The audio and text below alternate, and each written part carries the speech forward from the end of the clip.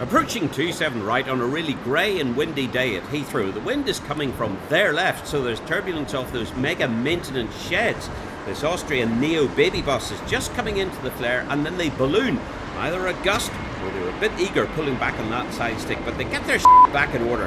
They're back down the runway and there's full reverse, ground spoilers, a healthy dose of auto brakes slows them up as we move to a piss-wet runway in Scotland. It's Prestwick this time as we watch in calm wind a Kuwaiti 737 BBJ approaching rotate speed, and pilot flying has had one too many Weetabix and over-rotated, impacting that tail strike skid onto the deck, possibly causing nothing more than a caution on the flight deck. And an alert perhaps at main troll. They climb away as we watch Edelweiss 340-300 into San Jose, Costa Rica. Coming over the airport's perimeter fence, that distinctive red beak is being pushed along by those four CFM56 engines. Elegantly stable, it's a decent day for this arrival. And approaching the flare now, the pilot flying touches down just fine, with the main gear shown by those two salvos of smoke, followed by the centre and a silky smooth rollout to Zurich now with a couple of Swiss approaches in tough crosswind conditions. This Airbus is sniffing along as if it's trying to find truffles and actually is struggling to get down over the runway surface. And in the end, the pilots throw it away, applying toga power. And the gear remaining down initially suggests that they were experiencing a wind shear warning, and eventually the gear will come up. So we can watch another attempt now. Again, that strong crosswind, the nose is being pushed down, trying to make the aeroplane progress towards the runway.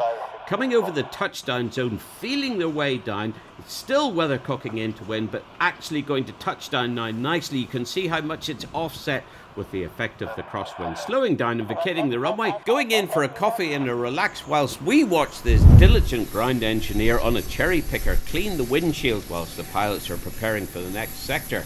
These windows can pick up bugs and all sorts of detritus and splatter, and they need to be crystal clear to be able to see and avoid when the pilots are flying. And here's damn good reason why. It looks like some sort of military formation landing, but it's actually pretty much SOP at San Francisco, where we've got a regional jet and an Alaska 737 coming in on the parallel approaches to the 28 complex, and it looks very much as if the Air Canada jet is going to touch down first, but they're pretty much like a pair of synchronized swimmers, and always a beautiful sight to see, which is not a label that you can attribute to this ATR coming into the westerly runway at Dublin.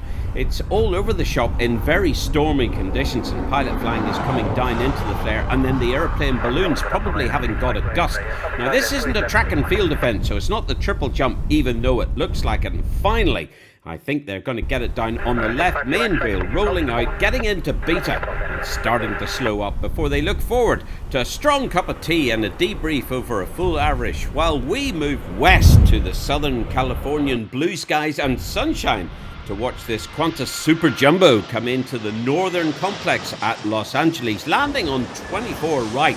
It's completely stable with full flap and will just have idle reverse on engines 2 and 3, coming into the flare looking as if it's going to be an absolutely peachy touchdown, which it is. Not a single point of disappointment at all, with light winds coming off the Pacific. That was brilliant. As we keep pressing west over the Pacific to 16 right at Narita for some Jetstar action, with the wind straight down the strip. This aeroplane is landing very long, finally touching down and then getting airborne off the right main. That is an absolute f***ing Henry Halls of a landing if ever there was one. Yes, there's a strong wind, but f***'s sake, that was bad. Look one more time as he's touching down, and then the right wing is picked up and they actually start to get airborne again before finally coming back down onto the runway. That was a sack of shit. As we take a look at this United's attempt to land on 16 right, everything's looking pretty cushy, but just coming into the flare, right main goes down and they start to mimic an ice skater. Let's hope to God that they don't end up doing a pirouette as we move off to Huntington Beach, California for this Orbis DC-10 flying past. What a wonderful sight to see when you're paddling in the warm surf, as we jet south to Bogota to watch the arrival of this 767 coming in with a bit of a flickety and jittery control system with a massive puff of smoke me, you would have thought the thing had been set on fire, but it's actually fine as it emerges from behind that smoky screen, rolling out on the centre line. And we move on to our last offering, which is a little Piper Cherokee having some troubles getting down on the deck. And here it comes on a white knuckle ride with far too much forward speed, generating an oscillation in pitch which is so violent it's going to end up breaking that nose wheel off if they're not careful. And me, there it goes, bringing it all to a rather sudden and abrupt end as we bid you farewell from this edition. See you the next time.